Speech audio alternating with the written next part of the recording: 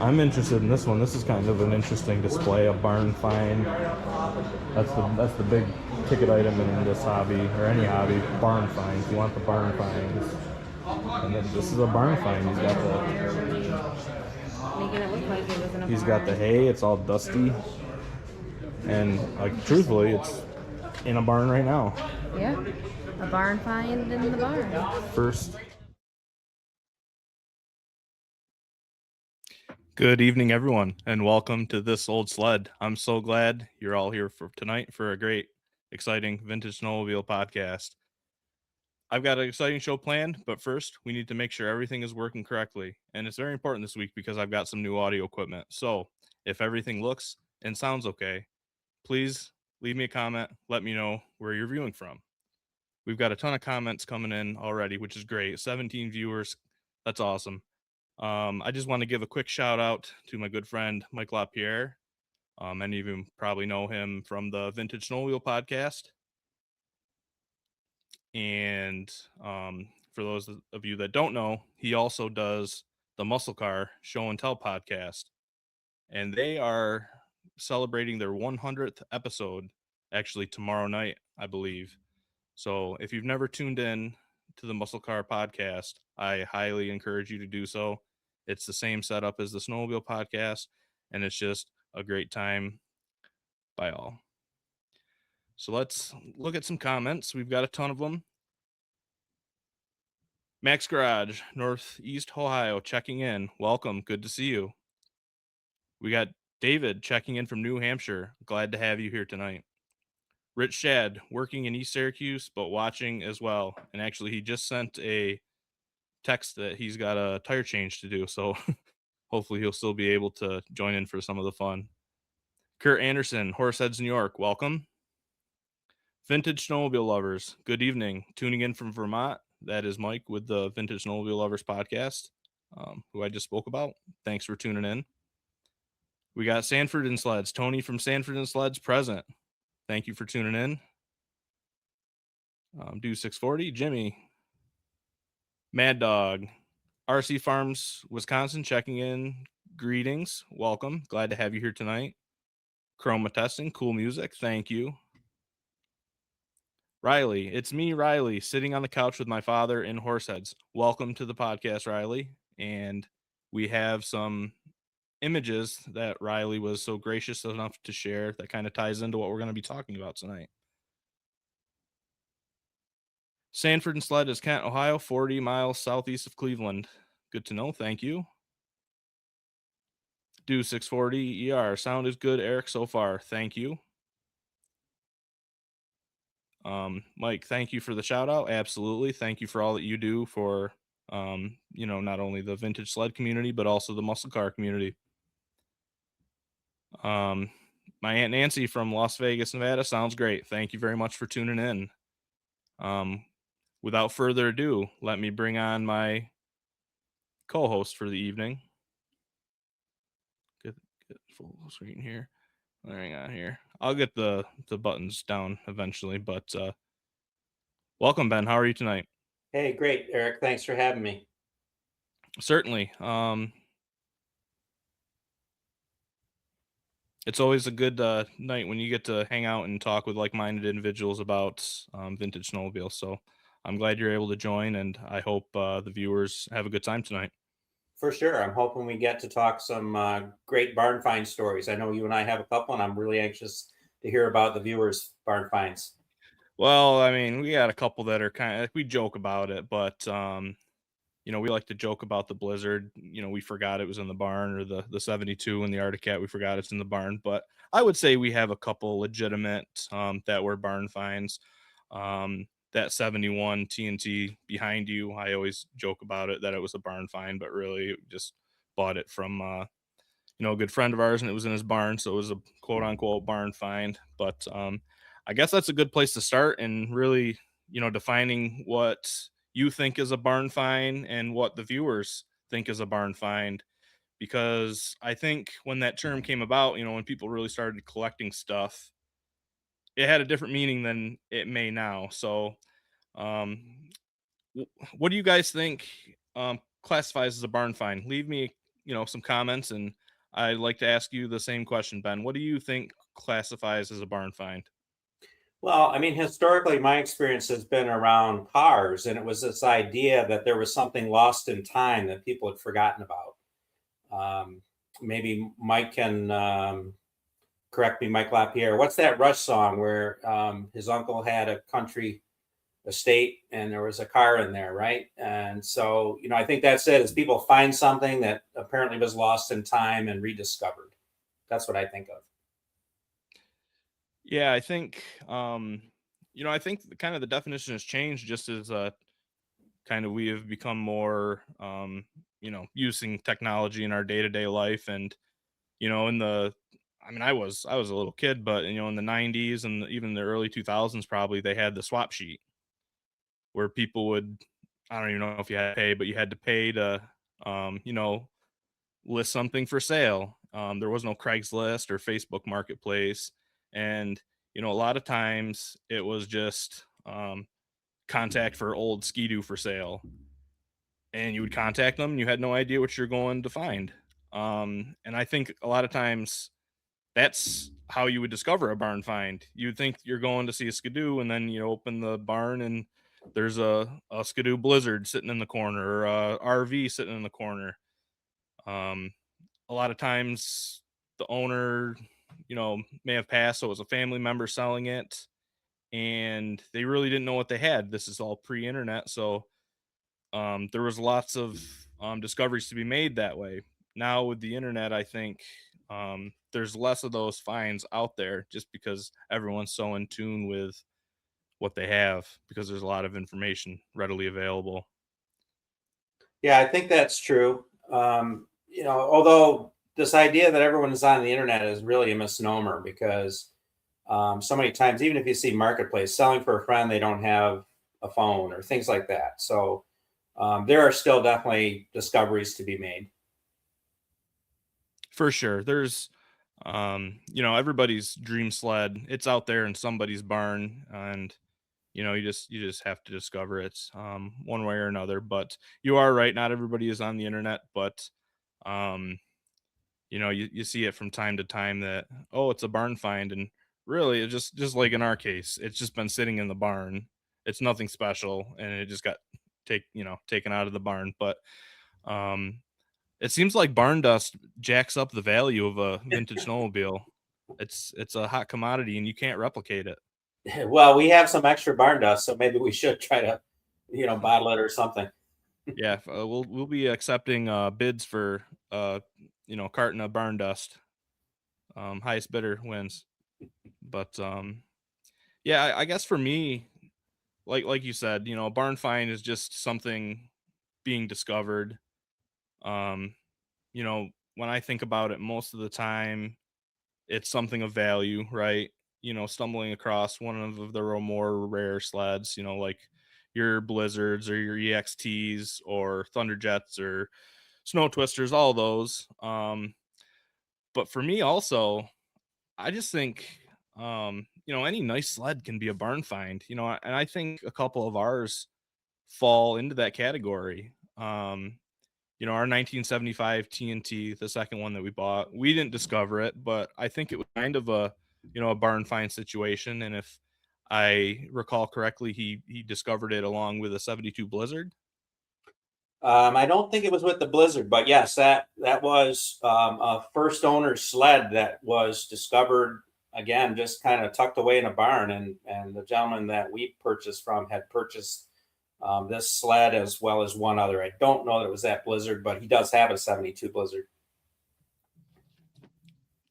Yeah, I just kind of remember when we picked that up, and um, I remember the Blizzard being up on the shelf, and the the guy's father, he was not happy that you were buying that 75 TNT fan cooled sled.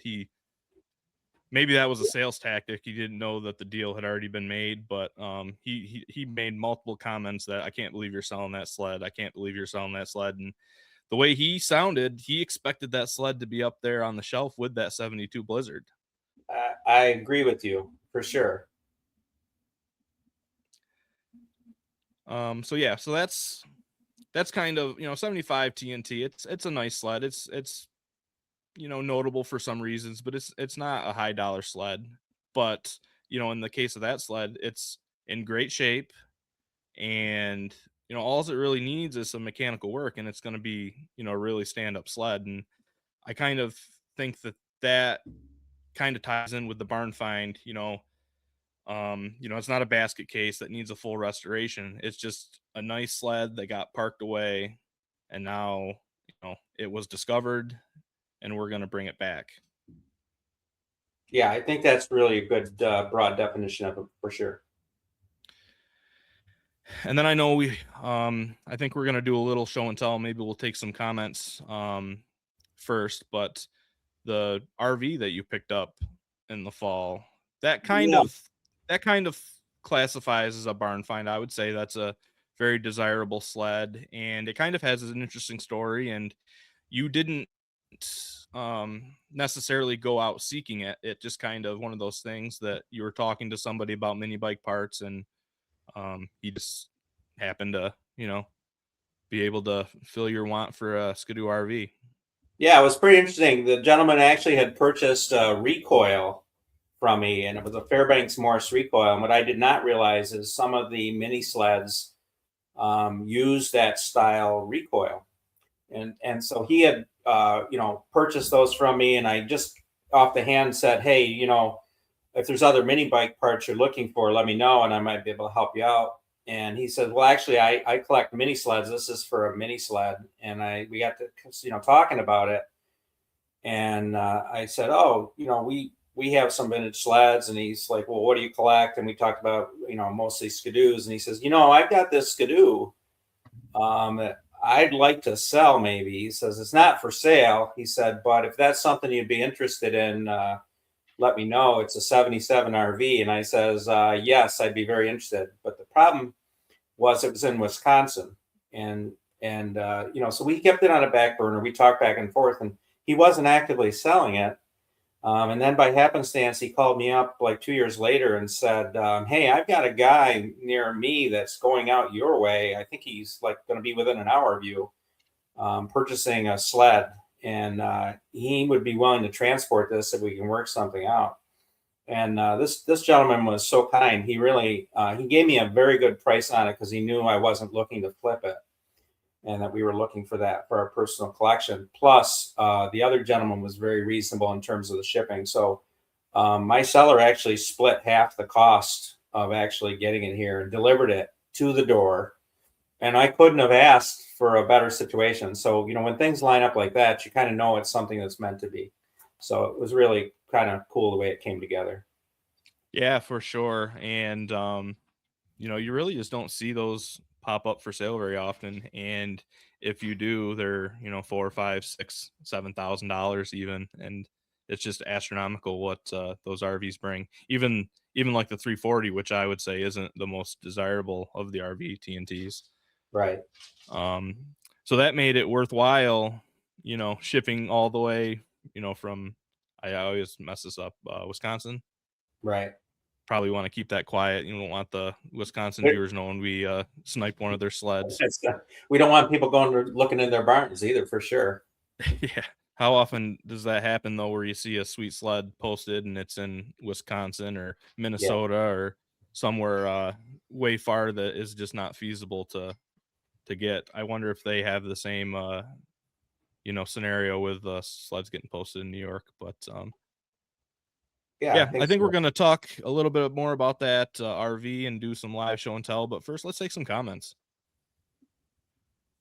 D. Landsberg, a little late, listening from Wyoming. Hey, better late than never. Glad you could tune in.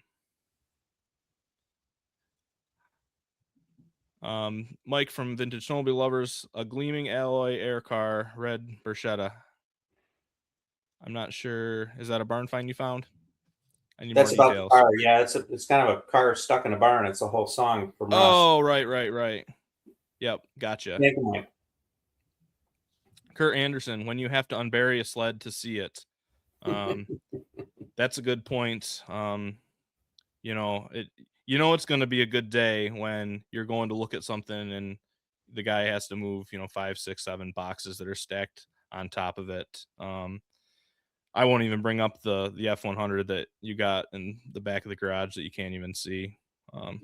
That could be a barn find for someone someday. You never know. Chroma testing, a time capsule with dust that is over 50 years old. I agree with that. Riley, free shelf dust.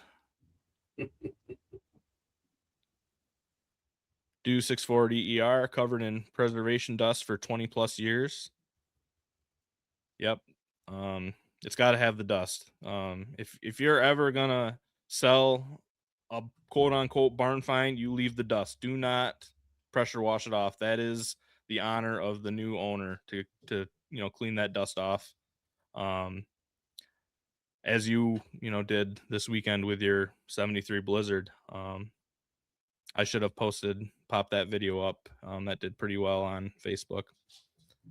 Chroma testing. The only thing better than a barn find is a field find if it starts. That's a good point. Usually the barn is better at preserving the sleds when they're sitting in the field. That kind of a lot of time introduces more harsh elements. And I know on the Skidoos with the steel tunnels, pretty much guaranteed to have a rotten tunnel under the seat if it's been sitting out. But good point. Old Skidoo 2, which is our good friend Reese from Tupper Lake, New York. Good evening. Welcome. Glad you could join us. Reese actually sent some pictures and a good story that we're going to feature a little later on. So look forward to sharing that with you. Dave Trim, I'm here. Had an issue signing in. Glad you could make it anyways. We'll have to iron out those computer issues. Willie Peters, stay out of Michigan and Wisconsin. Willie, you don't have dibs because you came and got a 775 from Pennsylvania, so I don't want to hear it.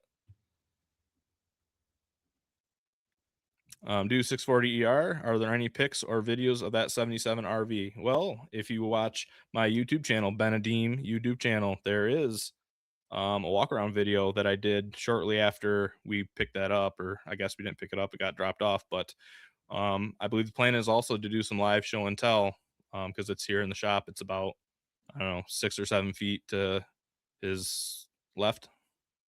Yep. Dan Lovett, Rush the band. It's a rush to find a barn find. I'm not sure what you're getting at, but I'm here for it anyways.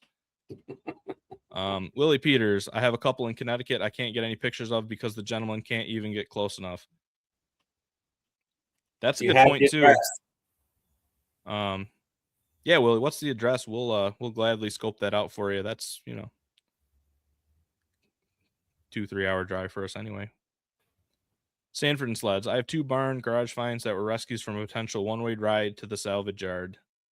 Well, thank you for that. It's a shame when all these sleds that we work so hard to preserve are just discarded. And I know that got really bad in like the mid to late 2000s when scrap was really high and just a lot of old iron got scrapped. But the worst part about the sleds is they really don't bring that much in scrap, so it's really just a waste all around to junk it. Even if it's not in good shape, there's parts almost all the time. There's parts that can be salvaged. So Willie Peters, you did get silver bullet matches for me. Good point. I appreciate that. I got nothing. I'm sorry. I rescind my comment about you coming to get the 775, Willie. Vintage snowmobile lovers. I interviewed a guy at a vintage snowmobile show who had a 73 or 74 TNT. He said he stopped at a yard sale and they asked him to help drag it into a roll-on dumpster. He said, "Can I take it instead?" Wow, talk about being at the right place at the right time. Yeah, that's just, I can't say I never luck into those freebies because it does happen from time to time, but it's just a shame because yeah, a lot of times people are just discarding stuff that's worth real money, but they just don't know, and they honestly and sometimes just don't want to deal with the hassle of selling it. But Rush the band, your reference. Okay, gotcha.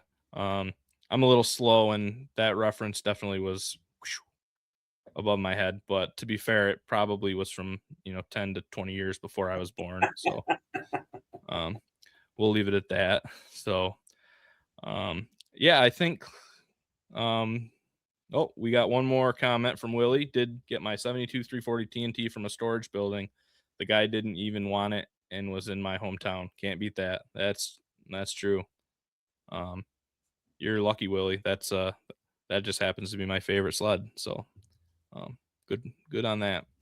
So that's the last comment we got for now. Please keep your comments coming. I love hearing what your guys' thoughts and opinions are. But I think for now we're gonna do the live show and tell, show that 77 RV. So bear with us while I manage the controls and try to get that situated here, which I don't see.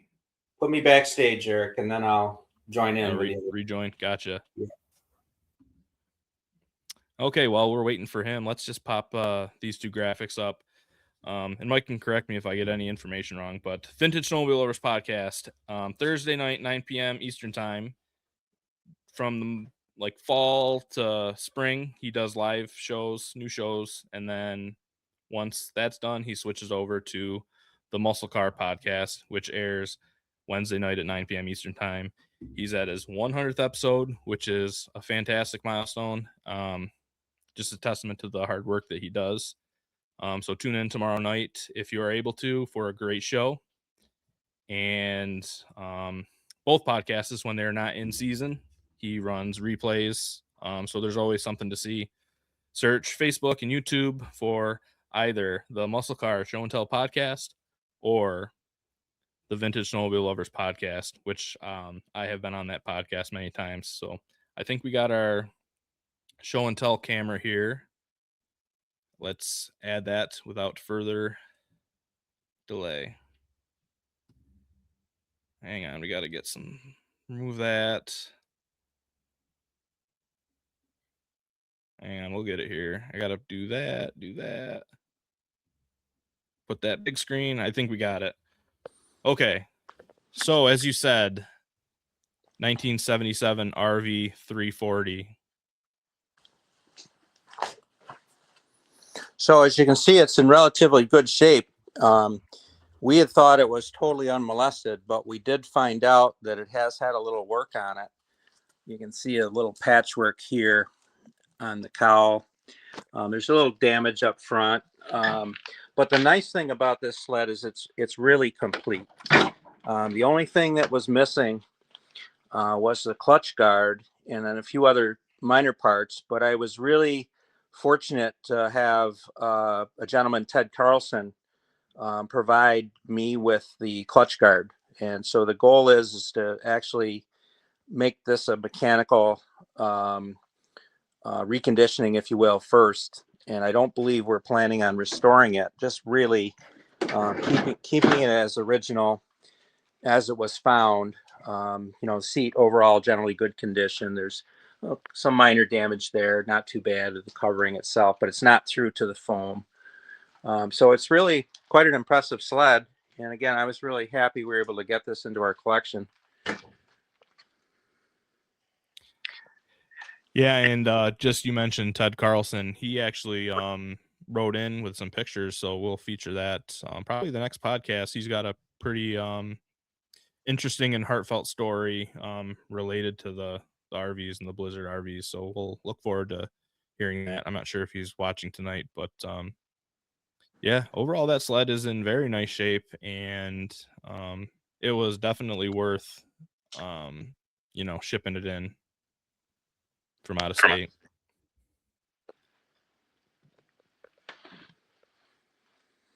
Yeah, so very happy again to have this in our collection, and relatively untouched for many years is the way it went. I forget what date, 91 Minnesota was the last official registration of it. Yeah, so it's been around a little bit. It's probably got some stories it could tell. It is very nice, and I'm kind of just in the phase right now where I just really appreciate a nice unrestored sled that is mechanically good to go.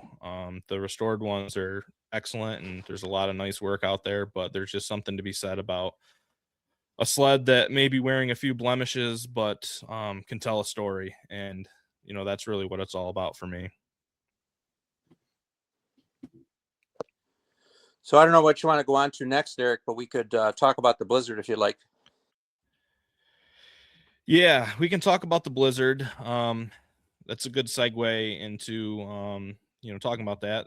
It's our joking barn find. It was hidden in our barn for many, many years, almost as many as I've been alive. And it's quite the rare sled, and it's, quite the impressive sled, in its day. So what can you really tell us about that one, Ben? Well, what was interesting about this sled is that we actually got it from a family member back in 1989. And at the time, it had a Kawasaki 340 free air engine in it. And we rode the snot out of this thing on the trails. And last time this was actually registered for on the trails was in 1994. And the interesting thing is, that back then there really wasn't the internet. So we were, using this thing, and anytime people saw it on the trails, I never saw another one anywhere around. And people were really first, oh, there's an old free air. That's what people jump to. Oh, that's a free air. Yes, it has a free air engine, which is a rotary valve, but not a free air. So there's a lot of confusion around these, even still today. And as you know, you were kind of goading me to try to get this out of the barn because I've been really trying to get this project underway for many years. And you said, well, maybe if you had a Facebook page, you'd actually get to it. And I said, that's a great idea. So I did start 1973 Skidoo Blizzard Lovers, and it's been so well received. I've gotten so much information about these sleds and people that actually race them back in the day in, 73, 74, 75. When these first came out, they were competitive sleds. And that's really the cool thing. This is a 298 model, and I have since sourced an actual original engine and most of the parts. But the idea of restoring the sled has kind of gone out of my mind. What I really think is going to be better is to keep it authentic and to kind of recondition it to race ready, as it was raced. So there's some things about this that I do want to fix and repair. The back side of the tunnel is ripped out, which is pretty common because, there's enough suspension travel on these things to really, get the front air and right up in the air, and that will drag. So that was pretty common. But the only reason we really stopped running this was after the free air engine blew, I put in a fan cooled, and that's unfortunately a young man with a hacksaw is probably not a good thing. So that damage you're seeing right there, that's to accommodate the fan. It was a old TNT 440 engine that I'd found in a wrecked sled that ran to excellent. And we used that for a couple of years until one of the tracks bands ripped out. So, and that's pretty much where it's at for the last 30 plus years in our barn.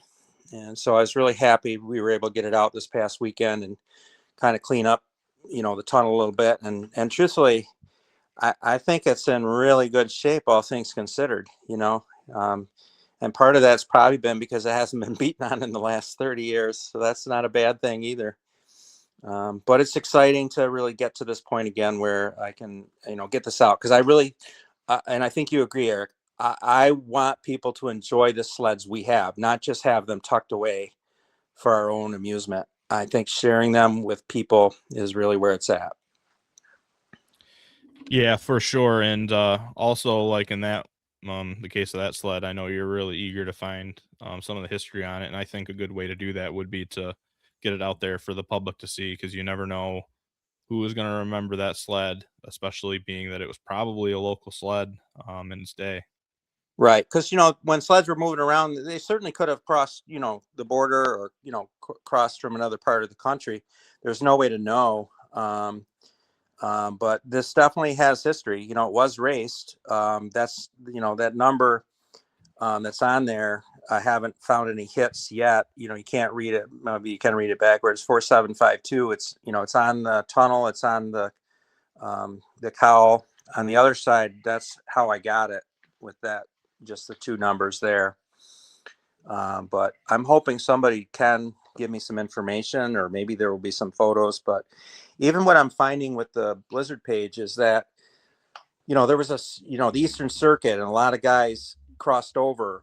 Some that were in the East did race in the West, not too many, some Central, but, a lot of the other drivers from around the country used to come to the races in the East, and, it was big. So I'm hoping, again, somebody does recognize it. Yeah, it would be nice to really learn the stories of that sled's past for sure. Yeah, let's get you back. All right. Seated Yeah, put down me back. and pull myself full screen here, and as he's getting situated, I'll take some more comments. Riley, I should add, our find was 6 miles from home. That's great when that works out, especially with the price of fuel these days. Mike, October through March and April through September. October through March is the Snowmobile podcast when there's live shows, and April through September is when he does the Muscle Car podcast. Chroma testing, sweet RV, thank you. Great Survivor, it's only original once. I agree. Old Skidoo 2, I'm going to do the same with my 80 Ultrasonic, just a mechanical restoration, and I can't wait to see you progress with that. Willie, I enjoy my sleds that have registration stickers from 2 or 3 states, so I try to leave them that way. Always wondered what the previous owners did with them. I agree. I like seeing, the sleds at shows that have the registration numbers and stickers, and it's just interesting to see how much they have changed. Even I know in New York has different sticker than they did back in even the 90s. Chroma testing, it's not air cooled, it's air powered. That's right. Show and tell like this is my favorite. I had a feeling. Where do you think I got the inspiration from? Does Ben have the engine? Yes, he did eventually find an original 298 for it. So we look forward to going through that and getting that mounted in the sled and hopefully running one of these days. Willie, we had our local Skidoo race team go out to New York back in the early 70s. Very cool. I'm going to try to add Ben. I was getting some feedback, so I'm not sure what that was about. Hopefully that's gone. I think we're good. Okay. So, with that being said, we have some viewer pictures I want to share, and I'm excited to share the story. So I'm going to pop that up, and we will go through that. Just bear with me here. Let's see, put that full screen. And where's my notes?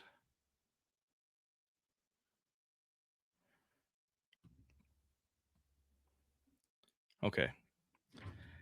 And like I said, this is from Riley from New York. Hey, Eric. Hope you're doing well. Story on the Thunderjet is pretty simple. We actually have been after this sled for 4 years. I was on Facebook Marketplace one day and saw this lady, local to us, selling an Arctic Cat sign. Well, I contacted and asked if they had any more Arctic Cat stuff. She replied yes and invited us up to look. When we got there, we were in the middle of nowhere. The lady, posting for her older husband, invited us into the house and into the garage where, I kid you not, we couldn't open the door more than a couple feet. The garage floor to ceiling was filled with snowmobile parts. After looking around in the garage, we found some stuff we were after. He then invited us down to his basement to look around, where there was also floor-to-ceiling parts. I immediately spotted something out of the corner of my eye, a John Deere logo, which ended up being the bottom end to a John Deere liquidator. We both knew the guy had goodies hidden. After visiting both his garage and basement, he then invited us up to his barn, where once he opened the doors, we saw it, a 1974 Snowjet Thunderjet. He let us look at it, and that was about it. At the time, he didn't even want to talk about selling it. So we left with no Thunderjet, but we didn't leave with nothing. We got a liquidator engine base, 2 suitcase gas tanks for the Arctic Cat Panthers, and some other odds and ends. As time went on, we slowly built up a relationship with the gentleman, buying things here and there, letting him know along the way we didn't forget about that sled. Eventually, he threw a number at us, which was way above what it was worth in its condition. At the time we looked at it, it was missing some parts, like a carb, the airbox, brake assembly, and a chunk of the tunnel was ripped off, etc. Well, this past Thursday, my father calls him up looking for some more parts, and with no luck on the parts, he tried again on the sled. This time, we were able to make a deal on it. When we go there, we discover the sled had the carb put back on, and the hard-to-find airbox was present. He had the parts, he had just taken them off. He then turns and grabs another identical airbox that he found as a spare. Got it in the truck, shook hands, and the rest is history. From what we've been hearing, it is the most original 74 Thunderjet around. All we plan on doing is getting it running and fixing all the small issues. We plan on keeping it.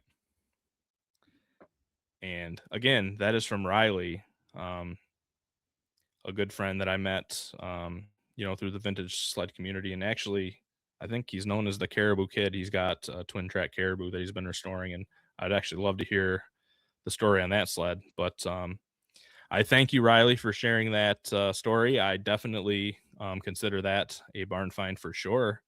What do you guys think about that in the comments? You don't see Thunderjets very often. Let me get Ben back here and let me add that to stage. So if there's any pictures that anyone wants to, look at a little closer, please leave a comment. Chroma testing, some nice Arctic Cat stuff in there. Yeah, I knew you would pick that out. I can see in this first picture here, there's a Arctic Cat box. There's a bunch of Arctic Cat boxes here. This looks like maybe the guy's basement, and there's a couple snow travelers, a couple Arctic Cats, skis, all kinds of stuff. I think someone said it earlier, when you got to really trip over stuff, that's when you know the stuff's going to be good. Just a shot of the barn. There's a little Thunderjet poking around underneath the shelf there.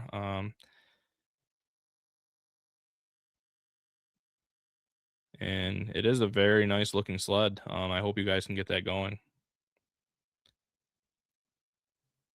Let's see, Willie, as you know, it took me 4 years to get my 72 400. The one you want all the time. Well, what can I say? It's a nice sled. Old Skidoo 2 find of a lifetime. I agree. And it definitely fits into Barn Find. They stumbled upon it, and what made it better was they had to really kind of work on the guy and loosen him up, we'll say. And that's a good way to do it. Buy from him, build a relationship, and you never know what he's going to be willing to part with. I love the old Snowjet key there.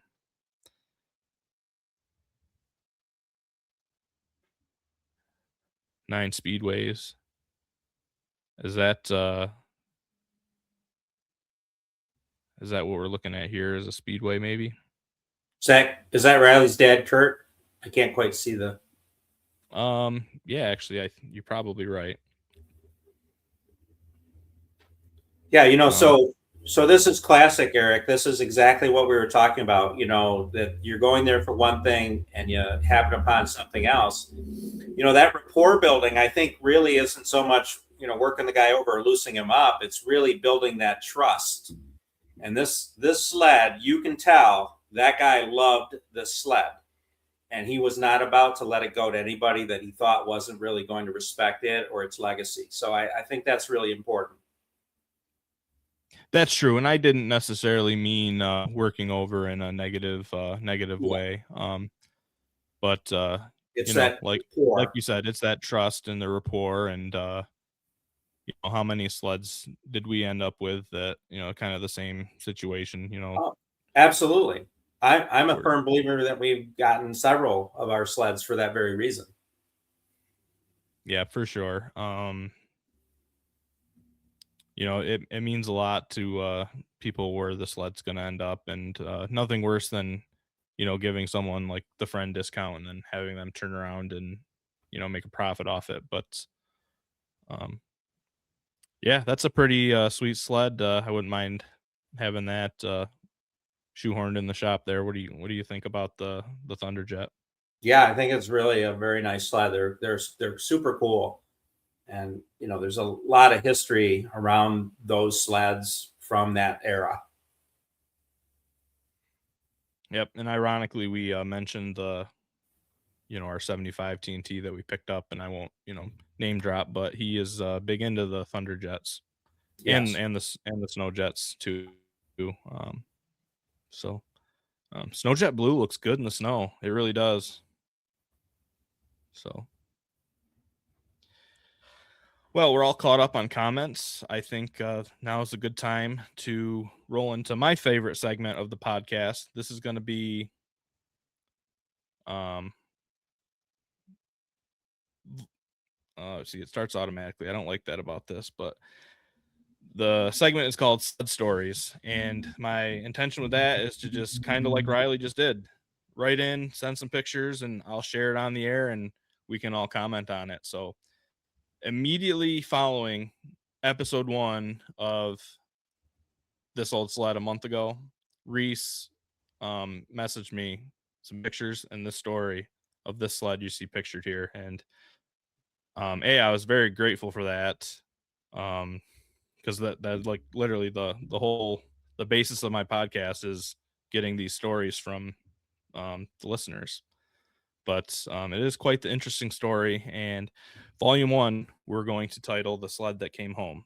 So let me pop that full screen and get my notes up here. We'll get that started.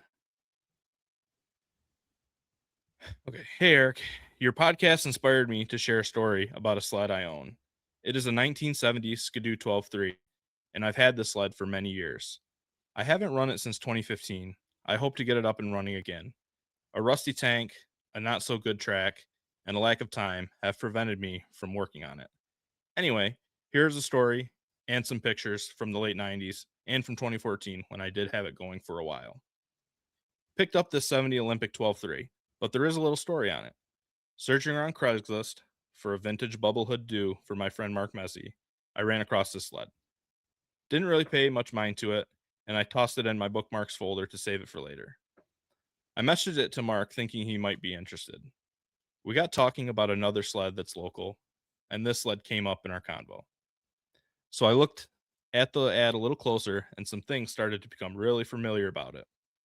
As you can see, it's a very basic Olympic with no front bumper. Also, it has a brown seat cover on it. So I dig out some old photos, and lo and behold, I used to own this sled. I purchased it from a guy I worked with when I lived in Buffalo. The engine was apart in a box, and the front drivers were toast. Fall of 1999, I moved back home to Tupper Lake. I fixed the drivers and reassembled the engine. Why it was apart, I have no idea. I ran the piss out of the sled for the 1999 to 2000 season, and then again in the 2000 to 2001 season. I love the sled, and it ran like a top. I never had a problem with it. I ran into some hard times in the spring of 2001, and unfortunately, I had to put it on the lawn for sale. I ended up selling it to a guy from Canton, New York, who was a traveling salesman who sold pharmaceuticals to local drugstores. He also had a farm in the Canton area. He was looking for a machine to use on the farm. We loaded it up and never seen it again until I saw this Craigslist ad. I contacted the guy in Madrid who says he bought this one and another one from a farm down the street, and it was in the loft of a barn. It looks like he may have switched the hood with another 70 hood, as it's not the same one I sold it with. But this one is in much better shape. So after 14 years, I got back one of the best sleds I have ever owned. I'm hoping it will still run as good as it did then. The last 7 photos are of the sled when I owned it in 2000 to 2001. I had installed a 340 TNT motor in it for a little while with a custom pipe from a TXL. That little dude would shit and get. I sold the TNT motor separate and sold the Olympic with the original engine. The picture of the kid on the sled is my oldest son. He will be 30. He was 30, just turned 30 this month in July. So yeah, once again, I just want to thank Reese. The pictures are wrapping up here. I read it a little too quickly, but yeah, that is the perfect sled story. And I really am hoping to, lean on the vintage sled community to be able to do the same kind of thing. And we talk a lot about skidoos because that's what we're into, but this podcast is definitely all inclusive. I don't want it to just be about skidoos. I want it to feature all the brands and what everybody likes. And as we saw the Thunderjet, I was so grateful to hear that story. But follow me on all my socials, and you can see in the bottom right corner here, share your stories here, thisoldsled@gmail.com. That's a good spot. Or you can find me on Facebook, Benadim, and do it through Messenger. It's probably the two best options. But I look forward to hearing your stories, seeing your pictures, and we can really lean on each other to keep this podcast going month after month. So let's bring everybody back. Let's see. I'll get it eventually, everybody. Yeah, it's funny. We've known Reese for several years now, and I never heard that story. And ironically, this comment has nothing to do with it, but that's in his profile picture on YouTube is that sled. And as soon as I saw that picture, I was like, aha, I get it now. But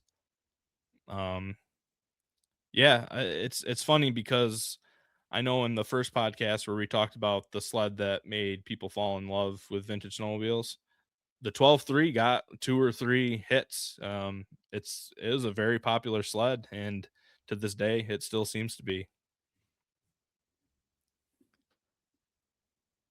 So I got a couple comments here we'll take. Rich Shad, good friend, Rich Shad, the 72 Colt 250 you have ridden sat in a basement for over 9 years. I drove 6 hours to New Hampshire for a rolling chassis to use on my Polaron.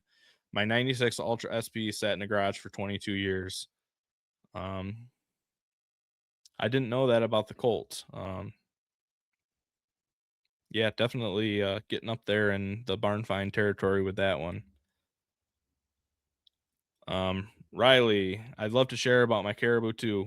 We would love to hear about it. I've got some videos of it riding around without the hood. I haven't seen anything else. How are you making out on the hood on that one, Riley? It was good to see it around at the whiteout last year. But yeah, we definitely need to get together at some point because I'm pretty sure that sled's got a pretty interesting story too. Vintage snowmobile lovers, Reese is a great guy. I agree. He does a lot for the hobby, keeping it going. Reese, I have some more cool stories I can't wait to share, and we can't wait to hear. And anyone else listening, there's 21 people. 24 people it just jumped up to. Love to see that. That's amazing. Follow me on my socials. Benadim is the main hub. It's where I'm established on YouTube. It's where this podcast is being played live currently. But share your sled stories at thisoldsled@gmail.com. Love to hear. And I have some others already lined up for next podcast and possibly the following one as well. So I can only probably do 1 or 2 a night. So, we'll work you in as I'm able to. But again, thisoldsled@gmail.com. Ted Carlson, speaking of, another great episode. Thank you very much. I appreciate that. And if you like the RVs and the RV blizzards, tune in next episode because we're going to share a story that Ted was so kind to share with me. Riley, it is still being restored. That's a whole conversation in itself.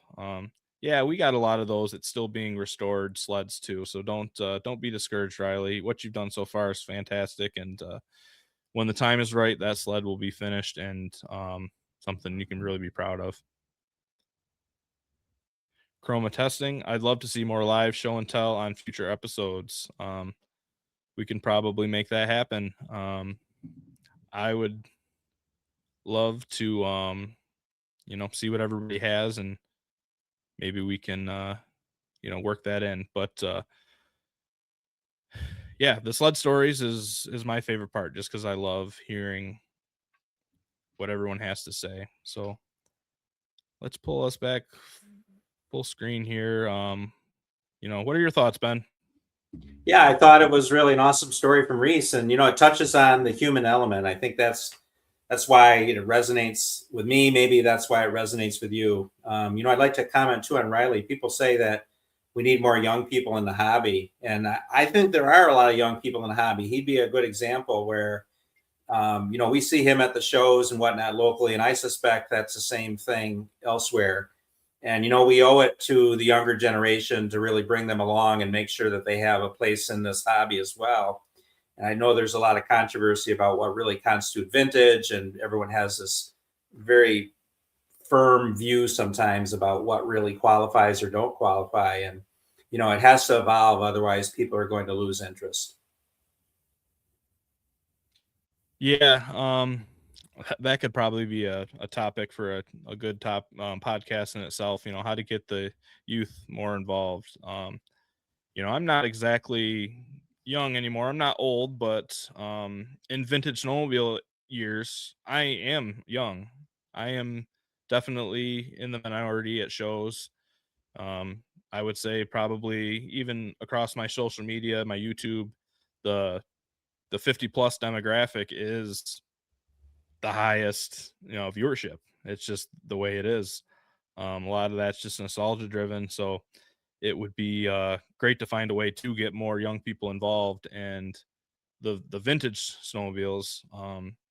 Eventually, the hobby is going to progress to where our 2010 TNT and the 2017 Renegades. Those are going to be what people are collecting. But it would be great to carry on the legacy of the old leafers, we'll say. But speaking of youth, I just want to get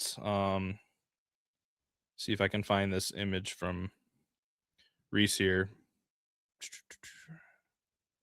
Remove that. Let's go through here. There we go.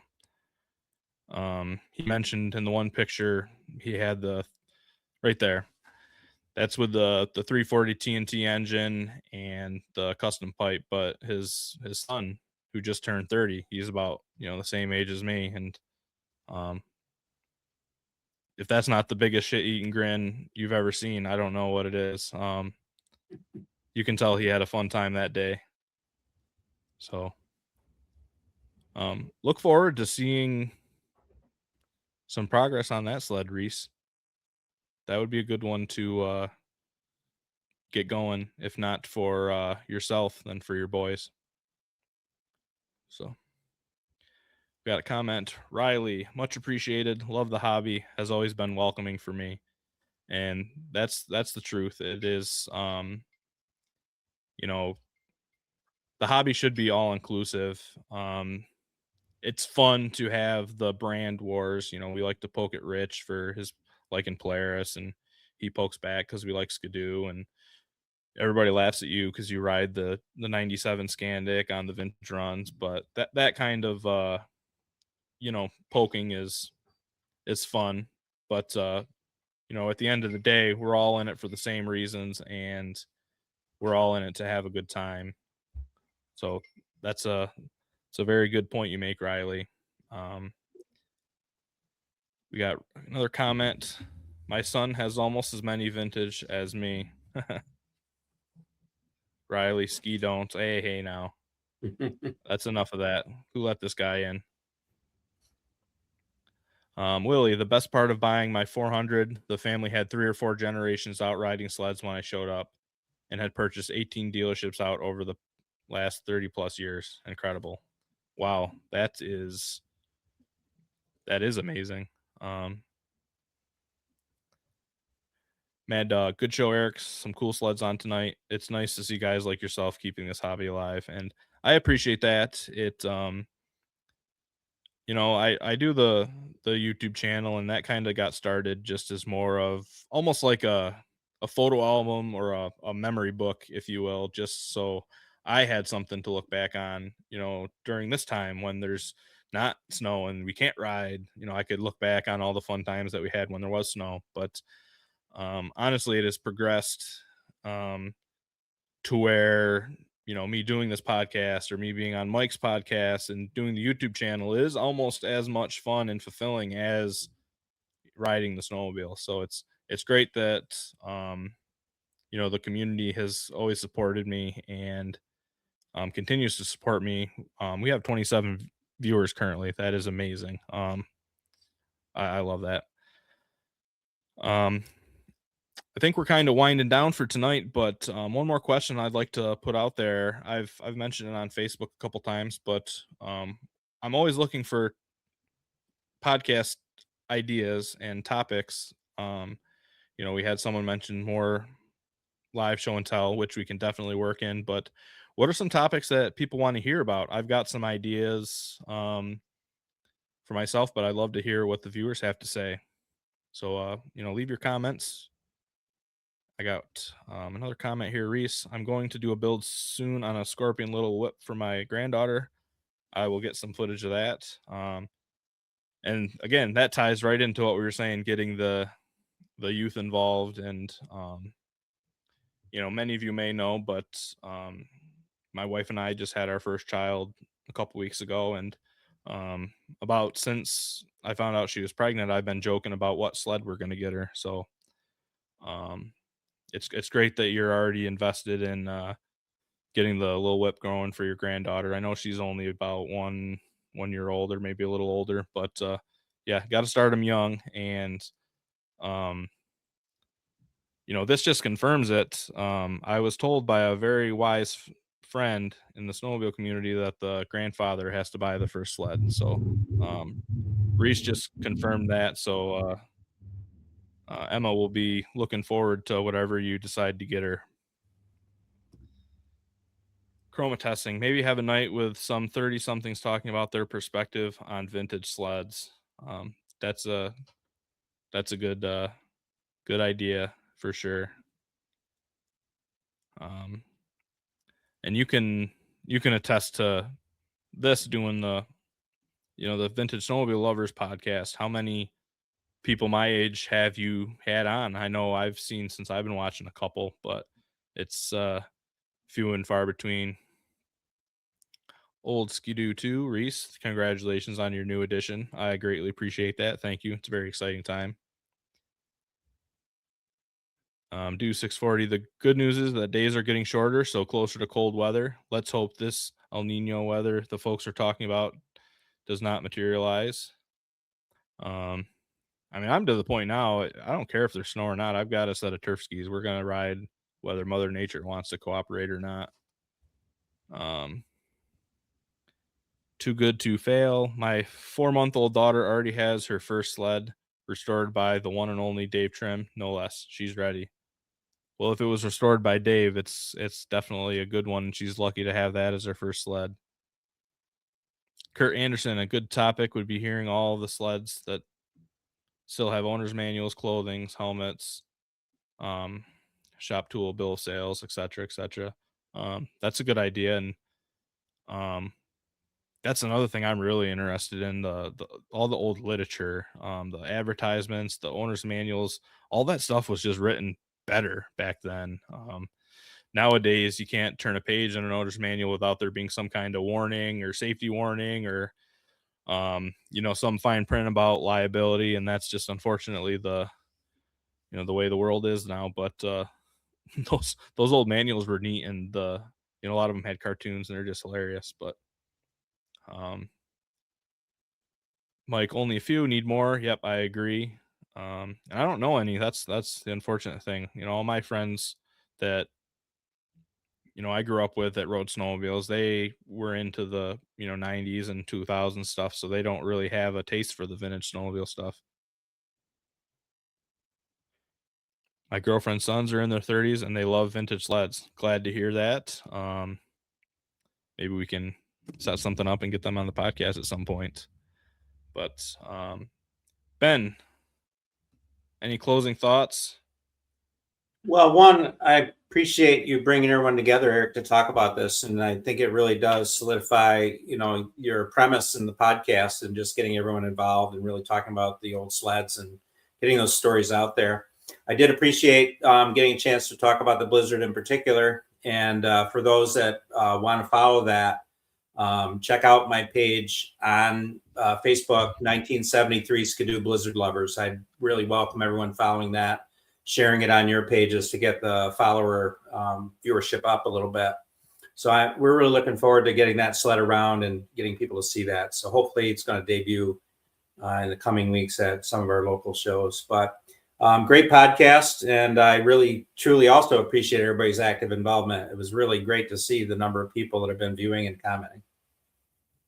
Yeah, for sure. I think I saw 27, 28 at the height at one point, and that's just amazing. When I started this venture, I didn't really know what to expect, and I knew there'd be like 3 people. I thought maybe it'd just be us talking, rambling, but no, it's been great, all the interaction. And get a hold of me if you have an idea. Get a hold of me if you have a sled story you want featured. Really, I'm relying on all of you because this podcast is built around your stories and your experiences.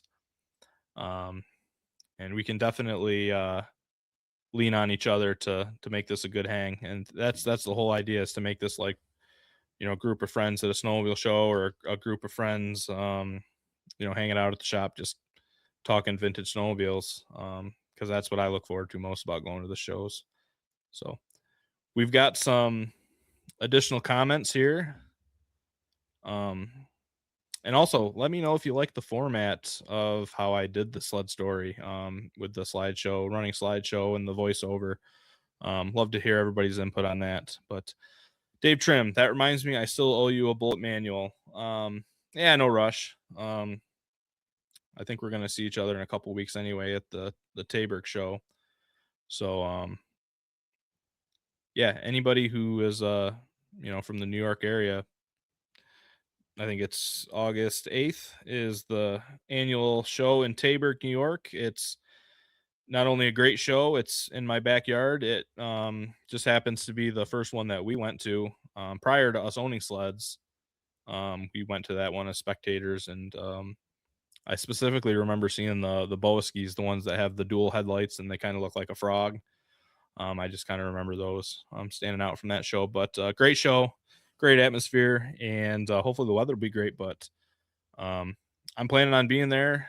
I think you're planning on being there as well, Ben. So, stop in and say hi. So great show. Thank you very much. I appreciate that. Thanks for a great podcast. Thank you for tuning in. I greatly appreciate it. Ben does a great Facebook page on the Blizzards. I agree. It's Thank you. I take half the credit for that because it was my idea, but it's amazing the all of a sudden the information and the pictures and the knowledge that's coming out on those, because there really wasn't a lot.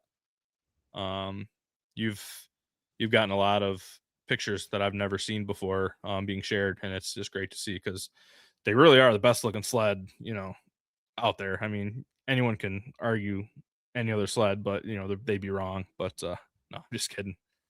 But thank you for the kind words. It is a great page. Reese, great podcast. Thank you for the shout out tonight. My pleasure. Thank you for sharing your story, and look forward to picking your brain and getting some more stories.